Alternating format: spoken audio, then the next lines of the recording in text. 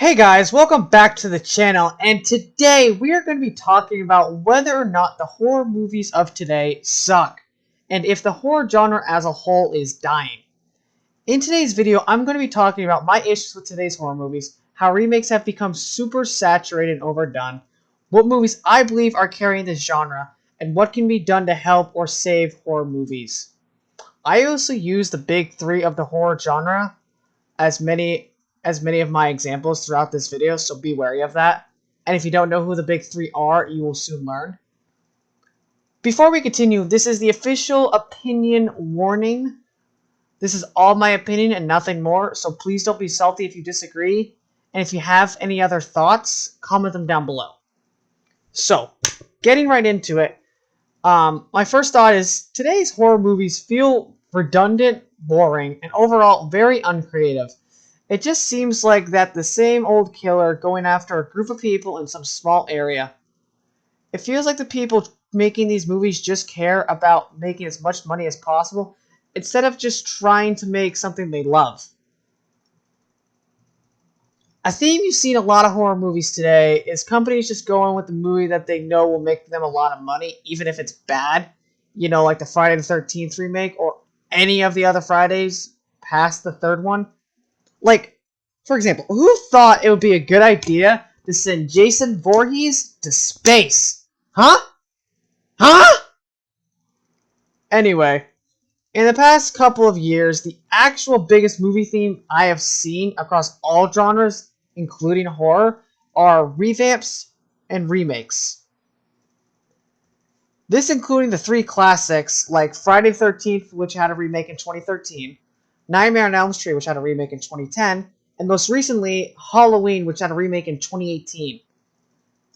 Now see, I don't mind remakes as long as they come up with just as many new movies as they have of remakes, which they haven't, of course.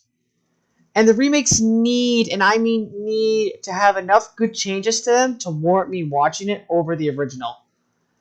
This is the reason why I hated the Elm Street remake in 2010, because it felt like the same movie, except Robert Englund wasn't Freddy, which is just always a bad sign for an Elm Street movie.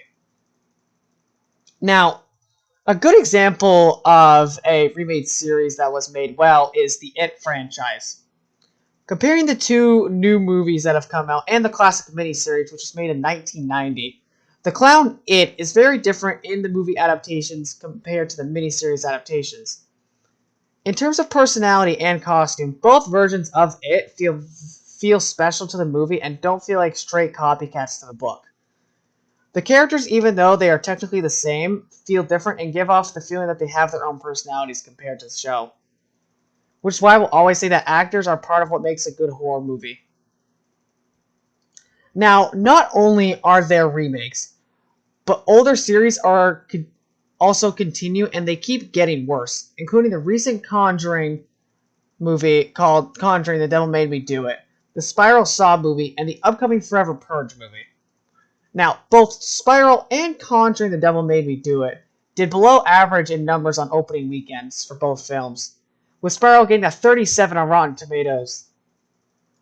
Both movies have shown just how much the film industry cares about horror movies as a genre. And after watching the Forever Purge trailer, which was horrible, it just seems like the same thing as the other movies. It feels like the same copycat movie.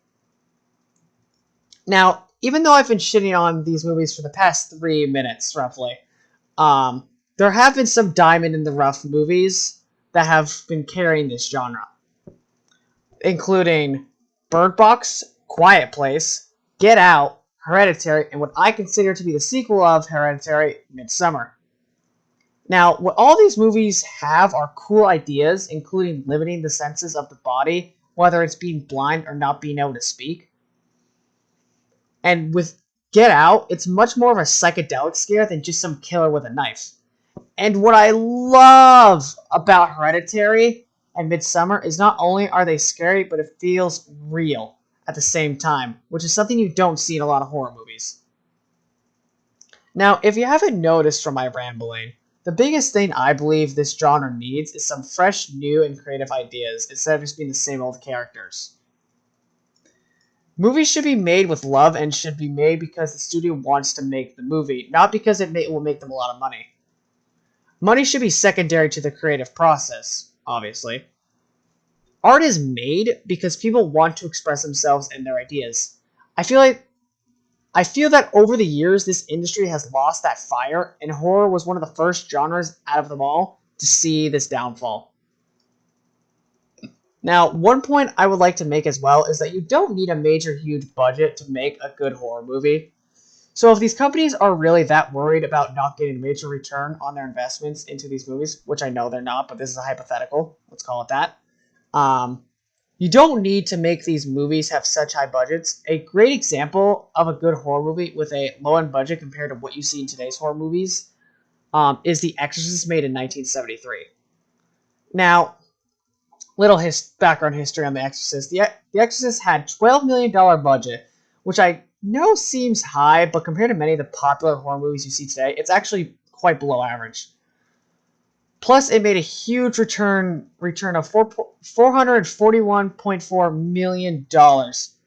If you also account for the fact that the average movie ticket price was around $2 back then, that's a lot of tickets sold. Now, what makes this movie so good is that it crosses many of my check marks to what makes a good horror movie. Good characters, it's creative, and it has realistic things that were scary and that make it feel like it could actually happen. I hope in future films that studio/directors try to take a more of a mental direction of fear than a physical fear. I also would like if they tried using real life fears instead of something that doesn't exist. For example, I am much more scared of something if I know it can happen in real life instead of some made-up monster that can never really exist.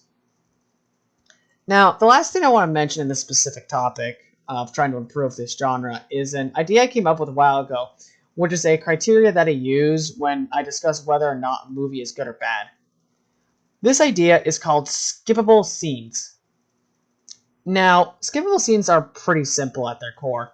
Essentially, what skippable scenes means is parts of the movie where I can just skip past the scenes, and I just won't have any repercussions for missing out on these scenes to the overall plot of the movie. Like, you know the little 30-second skip button you see on your screen when you're watching something on Netflix and not chilling because you're home alone and have no one to chill with? Yeah, that's where this whole idea comes from. Depending on how much of a movie has skippable scenes in it, determines how good or bad the movie is. Let me tell you that a lot of horror movies I have seen recently, and even the older ones, have a ton, and I mean a ton, of skippable scenes. Now, kind of going back to when I was talking about the big three, aka Michael Myers, Jason Voorhees, and Freddy Krueger, what made the originals of these movies series good is not only are the killers very cool and fun, and, scary, not just the jump scare kind of scary, but also the villains/killers themselves need to scare me without even doing anything. When you see these three walk into any room, you know there's no hope for you. Unless you wake up from the dream. Or you just leave the lake cabin with the killer. Or, you just get in a car and drive at a moderate speed away from the guy with the knife. Wow, there are just some major plot holes in these movies, and are considered the goats of the franchise. Like, I know the directors make these main characters really stupid to progress the movie and fit in their ideas. But they really have to lose all form of basic common sense? Like, come on! It's just frustrating to watch at that point, these idiots running around with headless chickens. Now, one thing I do believe they did right with these killers was making the Freddy vs. Jason crossover movie. Even though overall the movie was pretty trashy, it was still a fun movie to watch. Plus, it was pretty creative for its time. Like, these guys were the first to do any crossover in the genre before it became mainstream, like you see in Kong vs. Godzilla or the Spider-Verse. So, finally, to recap, the 6 biggest things I want to see out of this genre moving forward are new and creative ideas, less revamps of the old classics because it's honestly ruining the classics themselves. Good actors so the main character doesn't have to carry the movie. The movies need to actually be scary. More real life fears instead of fictional. And please, if you're going to make a remake of a series or a movie, please make good enough changes for me to warrant watching the revamp instead of just going and watching the original again. Alright guys, that's going to do it for today's video. I hope you enjoyed it. Next week our topic is, we're going to be talking about what decade of comedy was the greatest, of course in my opinion. We're going to be comparing the 60s, 70s, 80s, 90s, and of course today's comedies. So be on the lookout for that, and I'll see you next time.